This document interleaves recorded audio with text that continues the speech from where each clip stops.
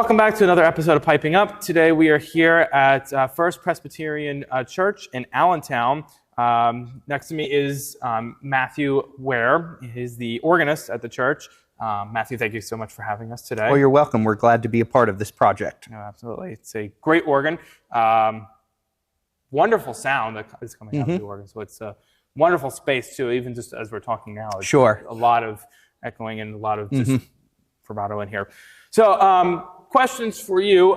So the church here, when was the organ installed here? And then how does the congregation take the organ when used for services? Like, how do they react to it? So the original building of First Presbyterian Allentown was downtown in the city of Allentown. And that would have been built around 1830 or so. And the significance is First Presbyterian was the first church in Allentown that conducted services in English. Okay. Most of the churches prior to that were all German-based. Which is nothing unpopular for the area. Not at all. Absolutely. So in the 1950s, the decision was made to relocate out here to what is the west end of the city, which at the time was much more undeveloped than it is today. Yeah, it's kind of a nice part now. Oh, absolutely. Crazy part now. And so the church itself was built in 1958, and the organ, the Austin 2312, was installed in the spring of 1959.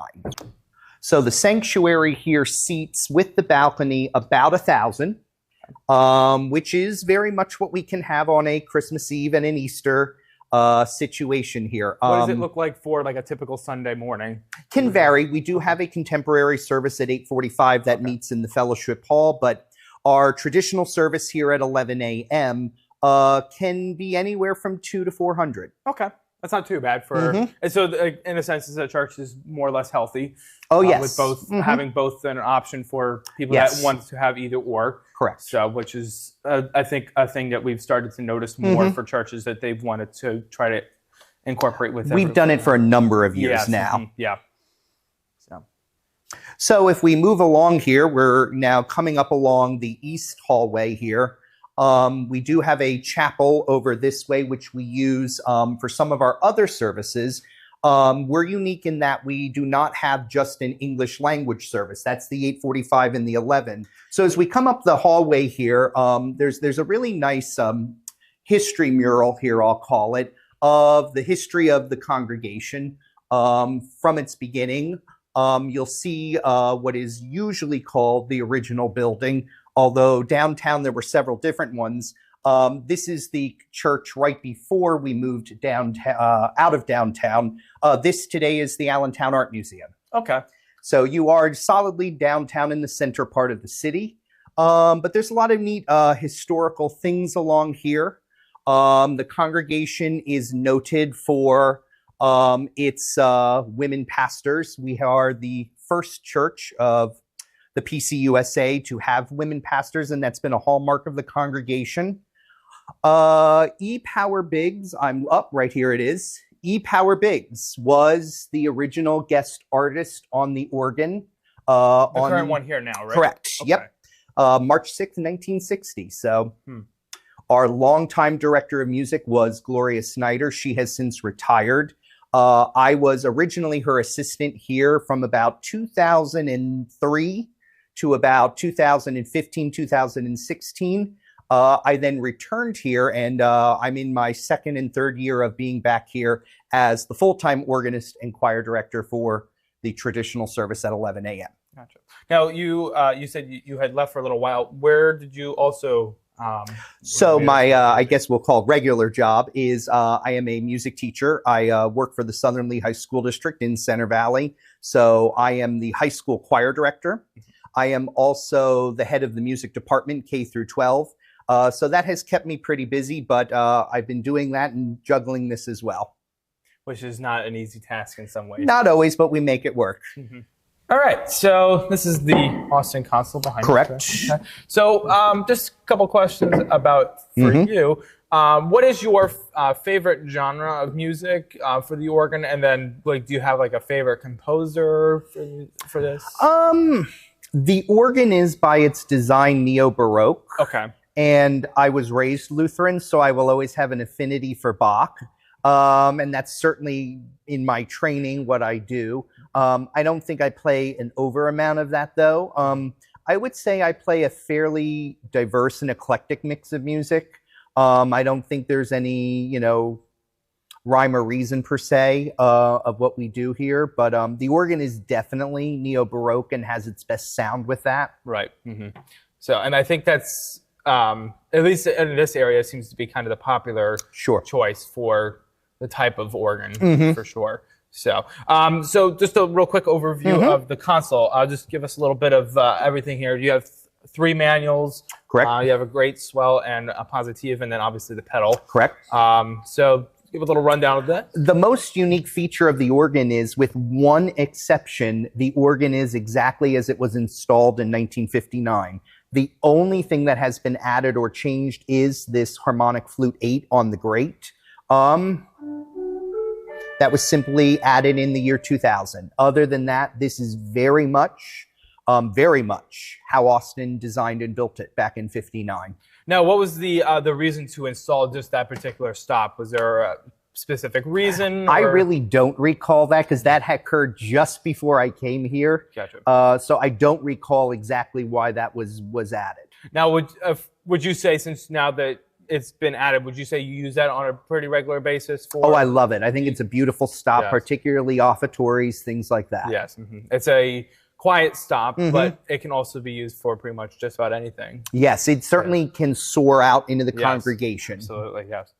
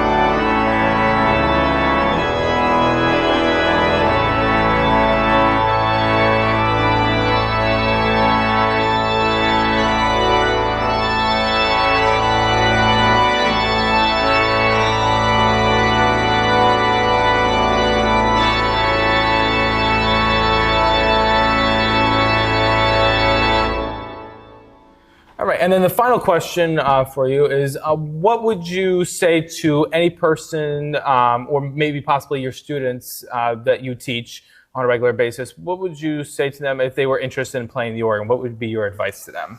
I think the most important thing is to realize this is not as daunting as it seems. A lot of what I'm able to do with the instrument on a Sunday morning is because I've programmed and laid it out that way, which takes time to learn and master. Absolutely. But the absolute, what you need to know to operate this is actually remarkably pretty basic. I would say, once you have, some solid piano skills, some solid keyboard skills, I mean, there's many easy ways to begin to integrate the pedals.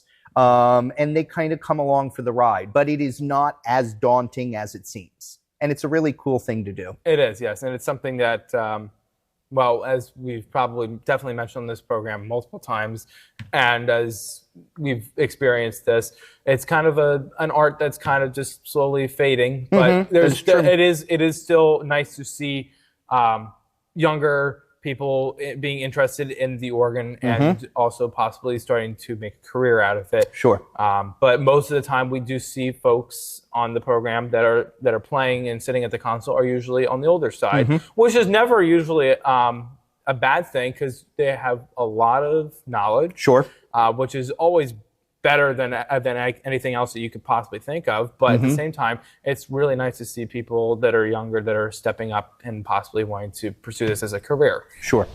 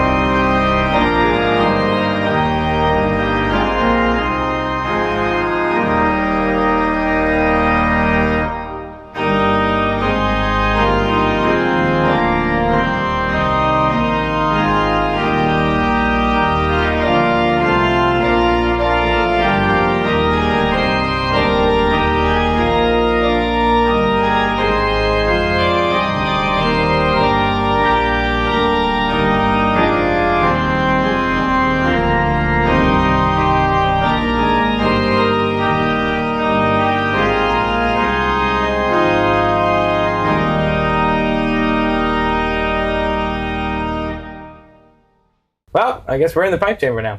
We are in the swell chamber. If you recall in the first part of the video when we were looking straight up at the central cross at the front of the church, we are just to the left of that now, and we'll pass behind that in just a little bit. But this is it. This is the Austin 2312. So here we are in the swell division of the Austin. That is mostly right above us because it's under expression here. Okay. I'm not willing to go up the ladders, but you all can. We then do pass through here. Okay. Behind, and again, right above us, there's a couple of different avenues. This is the great and most of the pedal division. Okay. There's kind of a great cutaway here. We do have a light bulb here. And then I'm going to squeeze out of the way more into the positive area just to give the camera time to get through behind me. It's definitely daunting for sure. Oh, yes. Found the Zimbelstern. Yep. Very, very nice. And then here above us again is the positive, which again is also under expression then. Lovely Zimbelstern. We just kind of take a nice little dip here and come into a little bit more of a room here. Yes, the Zimbelstern is right here. Very nice. Right up to the roof. You got it. Right up to the roof. Great it would be to be 4 foot right now. Oh, yes. But this is the organ. Very nice.